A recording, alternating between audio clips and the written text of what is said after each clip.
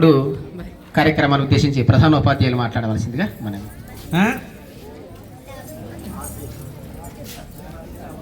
ఆర్థిక అక్షరాస్యతలు మనకు చాలా ఉంటాయి. మనం రెగ్యులర్గా వచ్చే అక్షరాస్యలు అంటే అక్షరాలు తెలుసుకొని వాటిని మనం చదవడం రాయడం నేర్చుకోవడం. కానీ ఇప్పుడు మనం నేర్చుకునేది చాలామంది పెద్ద పెద్ద ఐఐటీలో చదివిన వాళ్ళు, కోట్ల కొద్ది బిజినెస్ చేసేవాళ్ళు, లక్షలకు కోట్ల రూపాయలు పెట్టి ఇండియాలో కానీ ఫారిన్లో కానీ వెళ్ళి ఏజీ 50, 60, 70 ఏళ్ళలో ఉన్న వాళ్ళు కూడా, లక్షల కోట్ల రూపాయలు టర్నోవర్ చేసేవాళ్ళు కూడా చేతిలో పుస్తకం పట్టుకొని వచ్చి చెప్పే వ్యక్తి దగ్గర చాలా జాగ్రత్తగా కూర్చునేటువంటి నేర్చుకునేటువంటి విజ్ఞానం ఏదైనా ఉందంటే అది ఆర్థిక సాక్షరాలు. ఈ ఆర్థికం మనకు జీవితంలో చాలా ఇంపార్టెంట్. మనకు చాలామంది అంటుంటారు మనకి డబ్బు చాలా, అన్నిటికంటే కూడా డబ్బు చాలా విలువైనది. అంటే డబ్బే జీవితం కాదు, కానీ జీవితంలో డబ్బు చాలా ముఖ్యమైనది. ఈ రెండింటి మధ్యన డిఫరెన్స్ తెలుసుకుంటే జీవితం చాలా సాఫీగా సాగుతుంటుంది. అందుకనే మాకు చిన్నప్పుడు లేని అవకాశం మీకు ఇప్పుడు రావటం మీకు చాలా అదృష్టం అన్నాడు. ఈ పిఎం శ్రీ ప్రోగ్రాంలో భాగంగా ఇది వాస్తవానికి ఇలాంటి ప్రోగ్రామ్స్ ఫారిన్ కంట్రీస్లో బాగా ఏర్పాటు చేస్తుంటారు. పిల్లలకు జనరల్గా అక్కడ కూడా ముఖ్యంగా నేర్పించే ఫస్ట్ ఏంటంటే అక్షరాల కంటే ముందు వాళ్ళకి ఆరోగ్యం గురించి, అక్షరాల కంటే ముందు వాళ్ళకి ఆర్థిక క్రమశిక్షణ గురించి స్టార్ట్ చేస్తారు. ఫస్ట్ అక్షరాల తర్వాత నేర్పుతారు. అక్షరాల తర్వాత అవి వచ్చేస్తాయి ఆటోమేటిక్గా. అంటే జీవితంలో ఆరోగ్యం ఎంత ముఖ్యమో, మానవునికి ఆరోగ్యం ఎంత ముఖ్యమో, కుటుంబానికి ఆర్థికం అంత ముఖ్యం. మనం మంచిగా ఉండాలంటే, మనం సంపాదించుకోవాలంటే, మనం నిలబడాలంటే, మనం మాట్లాడాలంటే, మనం ఆనందంగా ఉండాలంటే మనకి కంపల్సరిగా కావాల్సింది ఆరోగ్యం. ఎట్ ద సేమ్ టైం మనం ఆరోగ్యంగా ఉండాలంటే కూడా మనకు డబ్బు కూడా అవసరమే. మనం ఆరోగ్యంగా ఉండాలన్నా, మన ఫ్యామిలీ మొత్తం, కుటుంబం మొత్తం ఆరోగ్యంగా ఉండాలన్నా, భవిష్యత్తు భద్రంగా ఉండాలన్నా, రోడ్డు మీద పడొద్దన్నా మనకి ఆర్థిక క్రమశిక్షణ అనేది చాలా చాలా అవసరం. ఈ ప్రోగ్రాం వల్ల ఇక్కడ కూర్చున్నటువంటి 150 మందిలో ఒక్కడు రోడ్డు మీద పడకపోయినా, ఒక్కడు సూసైడ్ చేసుకోకపోయినా ఈ ప్రోగ్రాము 100% సక్సెస్ అయినట్టే. అంటే చాలా అవసరం ఈ రోజుల్లో. డబ్బుకు సంబంధించినటువంటి విషయాలు నేర్చుకోవడం అనేది చాలా అవసరం. చాలామందికి డబ్బు సంపాదించడం, ఎక్కువ మందికి మనకి ఉన్నటువంటి విషయంలో చాలామంది మానవులందరూ కూడా డబ్బులు సంపాదించడం చాలా పెద్ద గొప్ప విషయంగా భావిస్తారు. కానీ కొద్దిమంది మాత్రం డబ్బుల్ని చాలా అవలీలగా సంపాదిస్తారు. సంపాదించేటువంటి వాళ్ళ లక్ష్యం ఏంటిదంటే వాళ్ళ కుటుంబాన్ని బాగు చేయడానికే కాదు. అది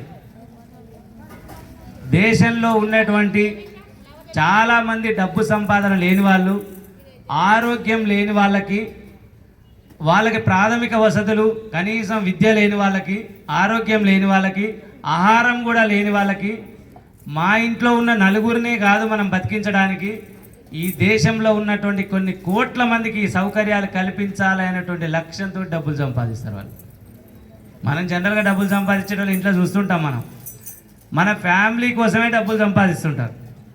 అది కూడా చాలా సంపాదించలేక ఆ ప్రాథమిక అవసరాలు, అంటే మన గౌన అవసరాలు, అంటే ప్రైమరీ ఉన్నటువంటి నీడ్స్ కాకుండా సెకండరీకి సంబంధించినవి కూడా సంపాదించడం కష్టమైనటువంటి విషయంలో మనం కొద్దిమందిని చూస్తాం. బిల్ గేట్స్, మన దేశంలో ఉన్న టాటా, బిర్లా, వీళ్ళందరూ కూడా అప్పుడప్పుడు చూస్తుండండి మీరు, వాళ్ళు సంపాదించిన సంపాదన లాస్ట్కి 90 లక్షలు, 80 లక్షలు ఇట్లా అంటున్నటువంటి మొత్తం కూడా 1,00,000 కోట్ల రూపాయలు కూడా ప్రజల కోసం, ఆరోగ్యం కోసం, హాస్పిటల్స్ కోసం, విద్య కోసం సంపాదించి నిరంతరం కష్టపడి సంపాదించి వాళ్ళు విరాళంగా గవర్నమెంట్కు అప్పచెప్తారు, స్వచ్ఛంద సంస్థలు స్థాపిస్తారు. అంటే డబ్బు సంపాదించడం చాలా ఎక్కువ మందికి కష్టమే, కానీ కొంతమందికి తెలివైన వాళ్ళకు మాత్రం చాలా ఈజీ. అంటే వాళ్ళ లక్ష్యం ఏంటిది అంటే వాళ్ళ కోసమే కాదు, సమాజం కోసం డబ్బులు సంపాదించి ఖర్చు పెడతారు. మీరు అప్పుడప్పుడు చూస్తూ ఉండండి. కొద్దిమంది డబ్బులు సంపాదిస్తారు, వాళ్ళే బ్యాంకులో దాచేసుకుంటారు. కోట్ల రూపాయలు సంపాదిస్తారు. మనకి ధీరుభాయ్ అంబానీ అని ఒక అతను ఉండే, మీకు కూడా ఆల్రెడీ పరిచయం, ఆయన జియో తోటి. ధీరుభాయ్ అంబానీ దాదాపు 500 రూపాయలకి పెట్రోల్ బంకులో పనిచేసి తను చనిపోయే నాటికి 1,00,000 కోట్ల రూపాయలు సంపాదించాడు. వినడానికి బాగుంది కదా, 1,00,000 కోట్ల రూపాయలు. 500 రూపాయల పెట్రోల్ బంకులో పనిచేసిన వ్యక్తి బిజినెస్ చేసి ఎంత సంపాదించాడు రా? 1,00,000 కోట్ల రూపాయలకు సంపాదించాడు. కానీ ఫ్యామిలీ ప్రాబ్లమ్స్ పోలే ఆయనకి. డబ్బులుంటే మనకు ప్రాబ్లమ్స్ అన్నీ పోతాయి అనుకుంటాం, కానీ చనిపోయే నాటికి చిన్న కొడుకు ఒక 50,000 కోట్ల రూపాయలు, పెద్ద కొడుకు ఒక 50,000 కోట్ల రూపాయలు సంపాదించి ఇచ్చాడు. వీళ్ళెవరో తెలుసా మీకు? దీంట్లో ఒక ఆయన మీకు బాగా పరిచయం, ముఖేష్ అంబానీ అని. మనం నిత్యం వాడేటువంటి జియో నెట్వర్క్, జియో మాల్స్ మొత్తం ఆయనే. ఆ ముఖేష్ అంబానీ ఆ 50,000 కోట్లతోటి ఆయన అన్నయ్య పెద్ద కొడుకు అన్నట్టు. ఈయన ప్రస్తుతం భారతదేశంలో ఆసియాలోనే టాప్లో ఉన్నాడు సంపాదనలో. ప్రస్తుతం ఆ 50,000 కోట్ల సంపాదన, ప్రజెంట్ ఆయన ఆస్తి 9 లక్షల కోట్ల రూపాయలు. అలా అనిచ్చింది ఎంతరా? అలా అనిచ్చింది ఎంత? 50,000 కాదురా, 50,000 కోట్లు. మీరు 50,000 అనుకుంటారు కన్ఫ్యూజ్లా, కాదు, 50,000 కోట్లు. ఆయన ప్రస్తుత ఆస్తి ఎంత? 9 లక్షల కోట్ల రూపాయలు సంపాదించారు. అంటే దాదాపుగా 1800% డబ్బులు సంపాదించారు. వాళ్ళ తమ్ముడు ఆయనకు కూడా, అనిల్ అంబానీ కూడా సేమ్ ఆస్తి, తల్లిదండ్రుల ఆస్తి సమానంగా పంచుకుంటారు కదరా. ఆయన ఆస్తి కూడా 50,000 కోట్లు ఇచ్చారు ఆయనకి. కానీ పాపం ఆయన బిజినెస్లో అంతా నష్టపోయి ఆర్థిక క్రమశిక్షణ లేక వాళ్ళ నాన్న ఇచ్చిన ఆస్తిని ప్రస్తుతం మొత్తం అప్పుల పాలై దాదాపుగా కేవలం ఓన్లీ 4,500 కోట్ల ఆస్తితోటే ఉన్నాడు ఆయన. 9 లక్షల కోట్లు ఎక్కడ, వాళ్ళ అన్న అక్కడ ఉంటే ఈయన 4,500 కోట్లతోటి ఇక్కడ ఉన్నాడు. అయితే వీళ్ళు పోనీ మరి వీళ్ళ ఆస్తి గురించి ఇంత సంపాదించే సమాజం కోసం అంటే కాదు, వీళ్ళు ఎక్కువగా వ్యక్తిగతంగానే ఖర్చు పెట్టుకుంటారు. దీంట్లో కూడా లాస్ట్కి ఆయన అంత సంపాదించిపోయినా వీళ్ళు కోర్టుకు పోకుంటున్నారా అంటే ఫ్యామిలీని సరిగా అడ్జస్ట్మెంట్ లేక మళ్ళీ ఒక 10,000 కోట్ల కోసం వాళ్ళ అమ్మ వీళ్ళందరూ మళ్ళీ కోర్టు పెట్టి ఎక్కాల్సి వచ్చిన పరిస్థితి వచ్చింది. అంటే ఇంతకుముందు అదే చెప్పింది, జీవితంలో డబ్బు తప్పనిసరిగా చాలా ముఖ్యమైన పాత్ర పోషిస్తుంది. మనకి ఆరోగ్యంలో, మన శరీరంలో ముఖ్యమైన పార్ట్ ఏంటిదిరా? ఎవరికైనా తెలిస్తే చెప్పండి. హార్టే కదా. ఓకే, మనకు హార్ట్ చాలా ముఖ్యమైనది. ఇంకా మిగతాయి ముఖ్యమైనవి కావా? ఏంటండి ఇంకా ముఖ్యమైనవి లేవా? మీకు హార్ట్ని మనం అటో ఇటో తీసి ఒకళ్ళు పెట్టవచ్చు. ఇంకా కొద్ది రోజులు అయితే దాన్ని ప్లాస్టిక్ కూడా పెట్టడానికి అవకాశం ఉంది, తయారు చేసి పెడుతున్నారు. కానీ మనకి ఇంతవరకు కూడా తెలియదు ఒకటి, ఇప్పుడు లివర్ అని ఒకటి ఉంటుంది లోపల, తెలుసా? దాని ఇంపార్టెంట్ అని ఎవరు అన్నారు కదా. కానీ దాన్ని వాళ్ళకి పెట్టినా వీళ్ళకి పెట్టినా ఇంకా సక్సెస్ కావట్లే, కొద్ది రోజులనే పుట్టుకొని పోతున్నారు. అంటే మీకు చెప్పదలుచుకున్నది ఏంటంటే, మీకే చెప్పేది, మిగతా వాళ్ళందరికీ తెలిసేది, నాతో పాటు ఇక్కడ ఉన్న టీచర్లందరికీ తెలుసు. అంటే మనకి ఎవరన్నా జీవితంలో ఏది ముఖ్యమంటే డబ్బు ముఖ్యమంటాం, మన శరీరంలో ఏది ముఖ్యమంటే గుండె ముఖ్యమంటాం. కానీ ఇంకా చాలా ముఖ్యమైన విషయాలు కూడా ఉంటాయి. డబ్బు ముఖ్యమే, కానీ దానికోసమే వెంబర్లాడటం కూడా తప్పే. ఈ ఆర్థిక అక్షరాస్యత నేర్చుకోవడం వల్ల డబ్బుని ఎట్లా మనం బ్యాలెన్స్గా మెయింటైన్ చేయాలనేది నేర్చుకోవాలి. అంటే డబ్బు సంపాదించకపోవడం ఎంత తప్పు, సంపాదించిన డబ్బుని మూట కట్టుకొని దగ్గర పెట్టుకోవడం కూడా అంతే తప్పు. డబ్బుని సంపాదించాలి, సంపాదించిన డబ్బుని అర్థవంతంగా తెలివిగా ఖర్చు కూడా పెట్టాలి. అది ఎంతవరకు ఖర్చు పెట్టాలనేది తెలుసుకొని పెట్టాలి. నువ్వు డబ్బులు ఖర్చు పెట్టడం వల్ల, నువ్వు తెలివిగా ఖర్చు పెట్టడం వల్ల నీ డబ్బుతో పాటు ఎంతోమంది యువతల వాళ్ళు నీకు తెలియకుండానే బతుకుతారు. దాంట్లో గవర్నమెంట్ ఒకటి. నువ్వు ₹1,00,00,000 సంపాదించి ₹1,00,00,000 ఇంట్లోనే పెట్టుకుంటే దానివల్ల ఏ ఉపయోగం ఉండదు.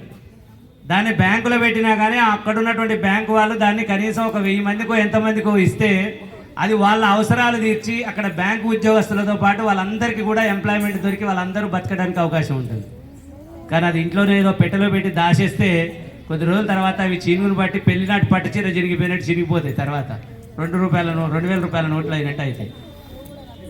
అందుకని ఖచ్చితంగా మనం డబ్బును ఏం చేయాలరా? సంపాదించాలి. దాన్ని అర్థవంతంగా ఏం చేయాలి? మీరు ఎవరు వినట్లేదు, నేను ఇంత బుద్ధి చెప్తున్నారు. అంటే నాకు చెప్పడం రావట్లేదా, మీకు మీ లెవెల్కి సరిపోవట్లేదా? ఈ రెండు నాకు తెలియట్లేదు. అందుకని మన శరీరంలో ఏ అవయవం లేకుండా మనకు చాలా గుండె అవసరం అన్నాం కదా.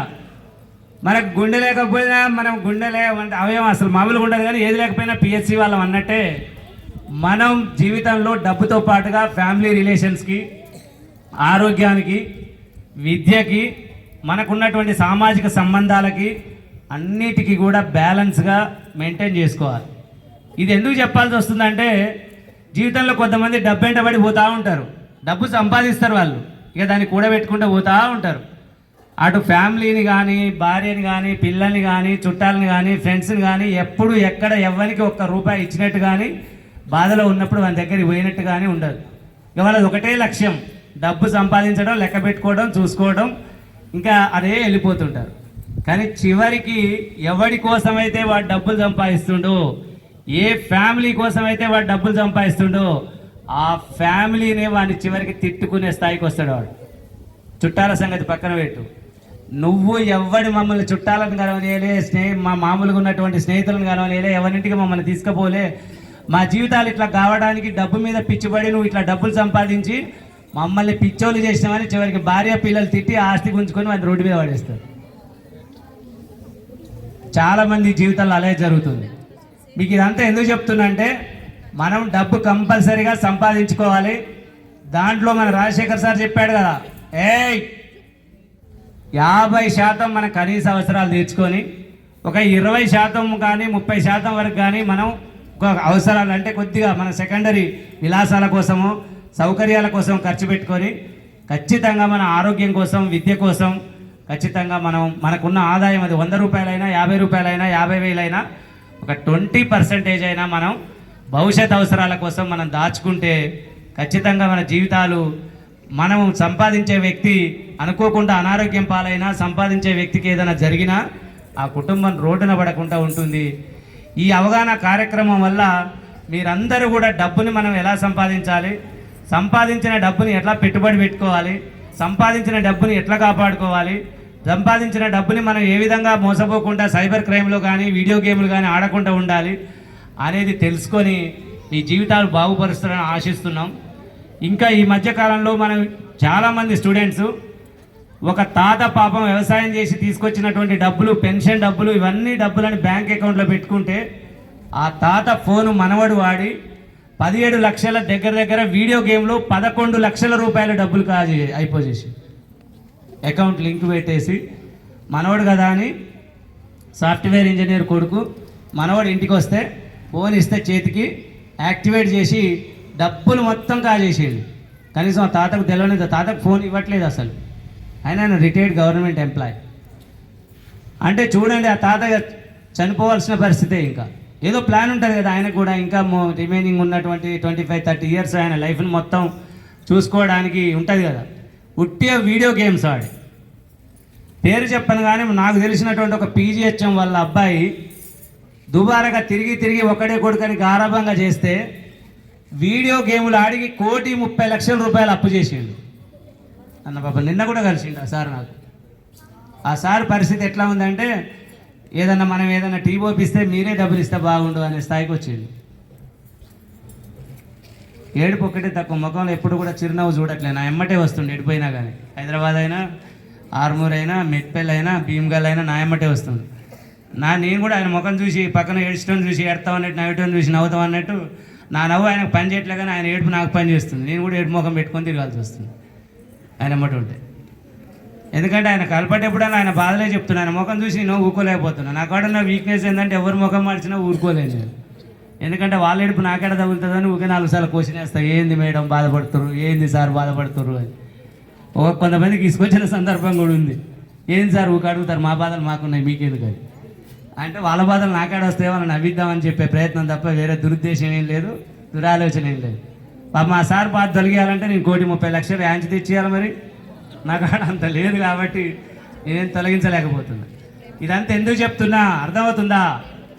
మనకున్నటువంటి డబ్బుని సంపాదించడం ఒక కళ.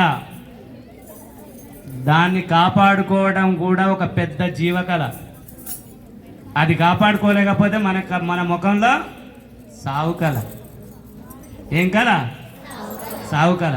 మనకి ఏ కళ ఉండాలి ముఖంలో? సావు కళ.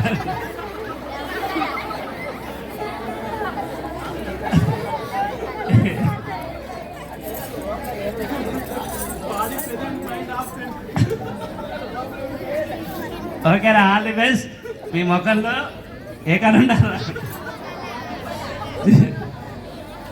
జీవకళ ఉండాలి. సంపాదించండి, ఇటు సంపాదించండి, విజ్ఞానాన్ని సంపాదించండి, డబ్బు సంపాదించండి, డబ్బుతోటి ఆరోగ్యాన్ని సంపాదించండి, ఆనందాన్ని సంపాదించండి, ఫ్రెండ్స్ని సంపాదించండి, చుట్టాలను సంపాదించండి, బంధువులను సంపాదించుకోండి, అందరితోటి హాయిగా ఉండండి, జీవితం భద్రంగా ఉంచుకోండి. All the best. Thank you very much. ఈ ప్రోగ్రామ్ ఇంత విజయవంతంగా చేసినటువంటి ట్వింకిల్ సార్కి, అదేవిధంగా గంగామోహన్ సార్కి, కాళ శ్రీనివాస్